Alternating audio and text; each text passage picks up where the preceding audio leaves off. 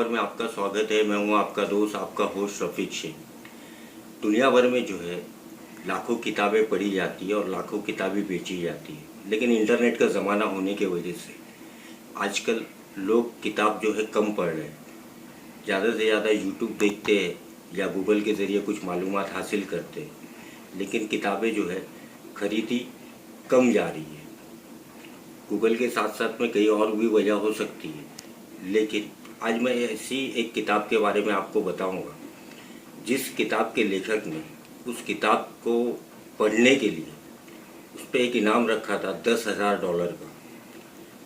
1982 में Brian Tracy करके एक लेखक ने एक किताब लिखी थी, द सीक्रेट। और द सीक्रेट के जैसा नाम था, वैसे ही उस किताब के अंदर 12 कविता थी और 12 जो है चित्र थे, अलग अलग तस्वीरें थी।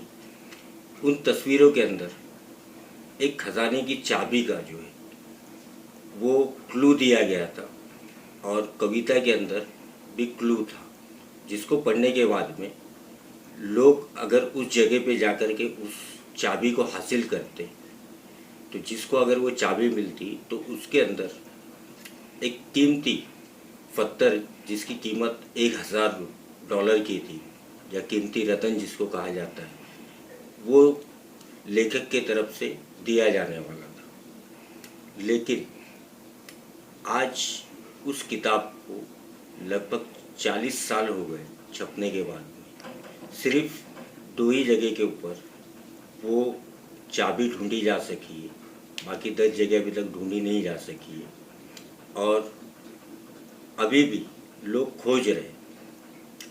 लेखक का आइडिया ये था कि वो इस किताब के ज़रिए जो वहाँ की विरासत है अमेरिका की, उत्तरी अमेरिका की, और जो लोग बाहर से आए हैं वो उनका इतिहास को जाने। वो जो सारी जगह थी जहाँ पे चाबी छुपाई गई थी वो ऐतिहासिक जगह थी, और उसके ज़रिए जो है लोगों को ऐसी जगहों के लिए आकर्षित करने का लेखक का जो है ये आइडिया था।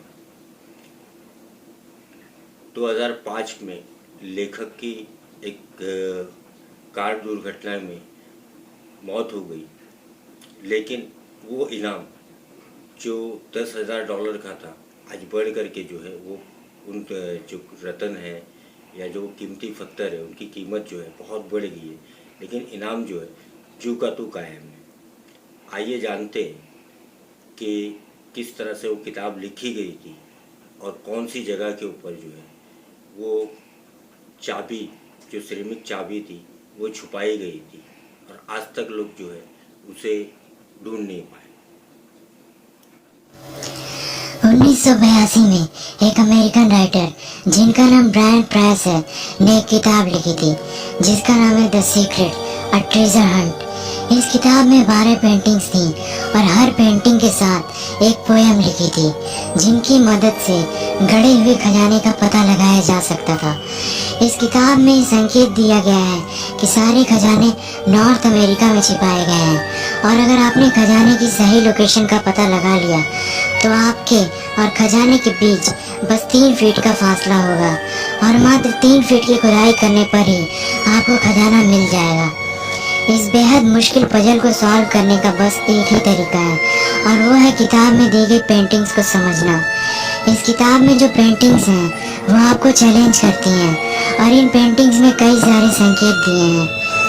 कई प्रतिष्ठित मूर्तियों और जगहों की तस्वीरें हैं जो खजाने की स्थिति के बारे में संकेत देती हैं। कई खजाने जो अभी तक नहीं खोजे जा सके हैं वे कई फेमस सिटीज़ में हैं, जैसे New York city, Boston, new Orleans, Montreal. तो अब बात करते हैं कि खजाना है क्या। किताब में ये बताया गया है कि खजाने की लोकेशन पे जमीन के अंदर 3 फीट की गहराई में एक कैस्क मिलेगा जिसमें एक सिरेमिक की होगी। इस की को पब्लिशर को लौटाने के बाद बहुमूल्य बर्थ स्टोन को प्राप्त किया जा सकता है, जैसा कि पेंटिंग में दिखाया गया है। सिरेमिक की का इस्तेमाल इसलिए किया गया है ताकि किसी मेटल डिटेक्टर से इसे पकड़ा ना जा सके। जब ये किताब छपी थी तब उसमें ये मेंशन किया गया था कि सारे बर्थ स्टोन्स की कुल मिलाकर कीमत $10,000 है, लेकिन आज के समय में इनकी कीमत कहीं ज़्यादा बढ़ चुकी है और इनमें से किसी एक के लिए भी जो रकम मिलेगी वो कहीं ज़्यादा होगी। ब्रायन को ये बुक लिखने की प्रेरणा किट विलियम्स की बुक मैस्करेड से मिली थी, जो 1979 में यूके में पब्लिश हुई थी। मैस्करेड में 15 पेंटिंग्स थे जो गड़े हुए खजाने के बारे में क्लूज देते थे। इस बुक की दुनिया भर में लाखों कॉपीज बिकी थी। द सीक्रेट बुक को पब्लिश हुए 35 साल हो चुके हैं और 12 में से बस 2 खजानों का ही पता लगाया जा सका है। बुक पब्लिश होने के 2 साल बाद 1984 में 3 लड़कों ने पहले खजाने का पता लगा लिया, जो कि शिकागो में था, और दूसरा खजाना 2004 में मिला, जो क्लीवलैंड में था।